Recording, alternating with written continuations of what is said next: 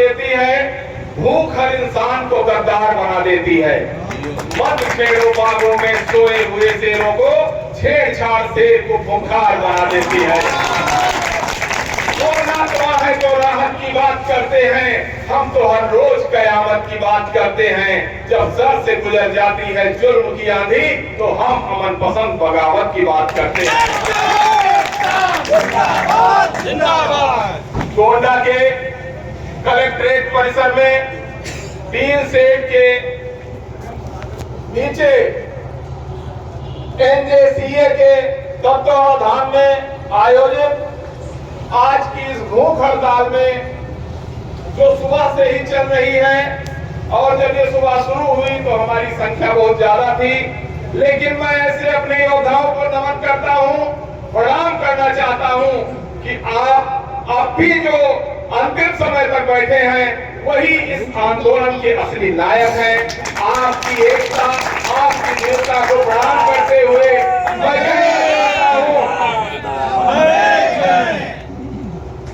कि जब जब इस देश पे संकट आया, जब जब हमारे ऊपर अत्याचार हुए, तब तब नौजवानों ने आगे बढ़कर आंदोलनों का नेतृत्व किया। बातें बहुत हुई, सरदार भगत सिंह और महात्मा गांधी, सुभाष चंद्र बोस की भी बातें हुई, देश के आजादी की लड़ाई की भी बातें हुई, और ऐसे आंदोलनों की बातें हुई कि जिन आंदोलनों में सरकार कुछ ही समय में घुटने के बल आ गई, और ऐसे आंदोलनों की भी चर्चा हुई जिसमें सालों साल लग गए, लेकिन सरकार ने अपना हठ धर्मिता, अपना रवैया नहीं बदला। ऐसे आंदोलनों की चर्चा तब तक करना बेईमानी है जब तक हम लोग अपने आप को बदलने का मानता नहीं रखते। जब देश की आजादी का आंदोलन चला, 1857 से प्रारंभ हुआ और 1947 में आजादी मिली। अगर उस समय के योद्धा हताश और निराश हुए होते तो देश कभी आजाद न होता। इसकी तुलना करते हुए अगर हम किसान आंदोलन से और ट्रक ड्राइवरों की हड़ताल से पुरानी पेंशन के आंदोलन को जोड़ेंगे तो हमें निराशा ही हाथ लगेगी। इसलिए वो आंदोलन समय की मांग थे और उन आंदोलनों ने अपने अनुसार सफलता पाई, लेकिन हमें आजादी के आंदोलनों के हिसाब से ये हम कहते भी रहे हैं कि पुरानी पेंशन बहाली का आंदोलन हमारे लिए दूसरी आजादी का आंदोलन है, और ये दुनिया आसानी से नहीं मिलने वाला है। इसके लिए देश की सेना जैसे हमें बनना होगा। देश की सेना ने सफलता पाने के लिए केवल एक मंत्र को आत्मसात किया है, और वो है अनुशासन। अनुशासन के सहारे ही देश की सेना सब कुछ कर गुजरने का मादा रखती है। और हम आप जिस दिन अनुशासित हो गए, अनुशासन का मतलब क्या है मैं कब तक आपको हर आंदोलनों में अनुशासन की बात बताऊं, बहुत बात नहीं करूंगा।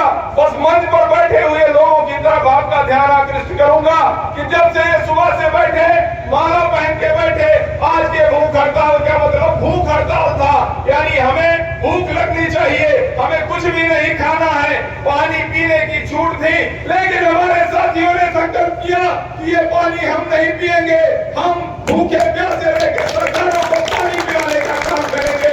और मैं बताना चाहता हूँ कि यह अनुशासन जिस दिन आप सब नौजवानों के अंदर आ गया, उसी दिन पेंशन बहाल हो जाएगी। मैंने देखा, मैं भी सुबह से बैठा हूँ, आदरणीय अध्यक्ष जी, पांडे जी, सब लोग सुबह से बैठे हैं, कोई यहाँ से हिला तक नहीं, लेकिन हमारे तमाम नौजवान साथी इतनी देर में कई बार चाय पीने गए, कई बार पानी पीने गए, और कई बार अन्य गतिविधियों के लिए भी गए। अगर आप अपने आंदोलन के प्रति इतने सजग नहीं है, इसको केवल फॉर्मेलिटी समझेंगे, तो आपका आंदोलन कभी सफल होने वाला नहीं है। क्योंकि ये लाइव की रिपोर्ट जाती है, प्रशासन की रिपोर्ट जाती है, और वो बताते हैं कि हमारे खिलाफ, जो सरकार के खिलाफ आंदोलन हो रहे हैं, हमारे लोग कितने सजग हैं, कितने जागरूक हैं। हमारे शिक्षकों को, तमाम कर्मचारियों को ये लगता है कि जो संगठन में पदाधिकारी हैं, संगठन में पद पाए हैं, उन्हीं के लिए ये आंदोलन है और वही करेंगे, हम सबको लाभ मिलेगा, ऐसा नहीं है। प्रत्येक सदस्य, हर संगठन का प्रत्येक सदस्य जब तक अनुशासित होकर ये ठान नहीं देगा कि हमें आर पार की लड़ाई लड़नी है, हमें पुरानी पेंशन पाने के लिए कुछ भी कर गुजरना है, तब तक ये आंदोलन सफल नहीं होने वाला है। मैं बताना चाहता हूँ कि बड़े बड़े आंदोलनों के सूत्रधार नौजवान रहे हैं, और युवा शक्ति का मैं आह्वान करता हूँ कि आप सभी लोग प्राण से अपने कर्म में डट जाइए। आपने कई आंदोलन किए, दिल्ली के आंदोलन को आपने ऐतिहासिक बनाया, जिससे सरकार घुटने के बल आई, कमेटी बनाया, लेकिन हमारे नेता ने कहा कि हमें कमेटी एनपीएस पे मंजूर नहीं है, एनपीएस पे कोई संशोधन मंजूर नहीं है, हमें पुरानी पेंशन हूबहू चाहिए। और जब तक हमें पुरानी पेंशन हूबहू नहीं मिलती तब तक हम आंदोलन करते रहेंगे, लड़ाई करते रहेंगे। अभी क्या, अभी तो जो तमाम लोग राजनीतिक परिस्थितियों की बात करते हैं, जो राजनीतिक परिस्थितियों की बात करते हैं कि कुछ राज्यों में फला पार्टी जीत गई, कुछ राज्यों में फला पार्टी जीत गई, इससे हमारे आंदोलन पे असर पड़ गया, ऐसा कुछ नहीं है। हमारे आंदोलन राजनीतिक नहीं है। मैं बताना चाहता हूं कि जो सरकार अपने आप को दिखाती है कि हम बहुत मजबूत हैं, उसी सरकार को मैंने कई मामलों में घुटने पर, बैकफुट पर आते हुए देखा है। इसलिए नौजवानों अपनी ताकत पर भरोसा करो, इस सरकार को झुकाने में आप समर्थवान हो, सक्षम हो।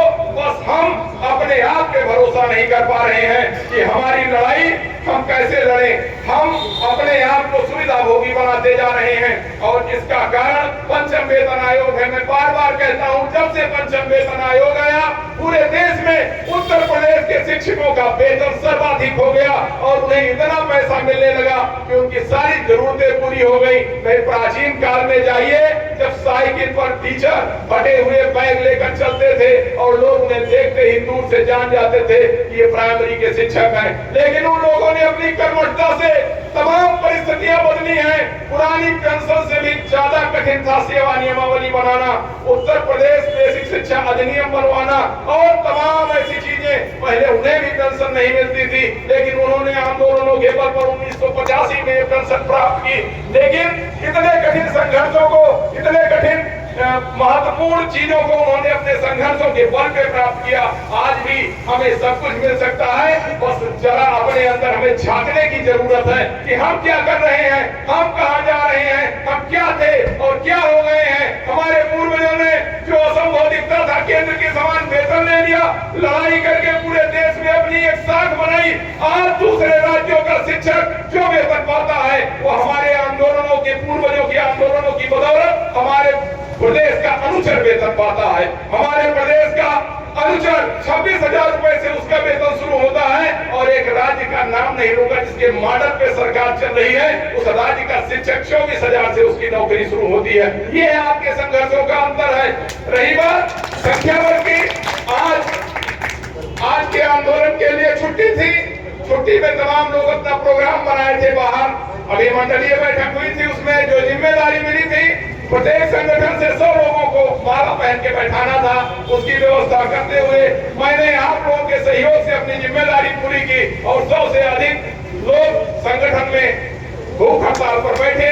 उसके लिए मैं आप सभी का हार्दिक आभार व्यक्त करता हूं और ये उम्मीद करता हूं कि आने वाले समय में जब भी हमारा नेतृत्व आवाज देगा तो जिस प्रकार से पूरे देश में गोंडा के शिक्षकों ने दिल्ली जाने का रिकॉर्ड कायम किया है, उस रिकॉर्ड को तोड़ते हुए हम सभी इस आंदोलन की लौ को मसाल बनाने का काम करेंगे।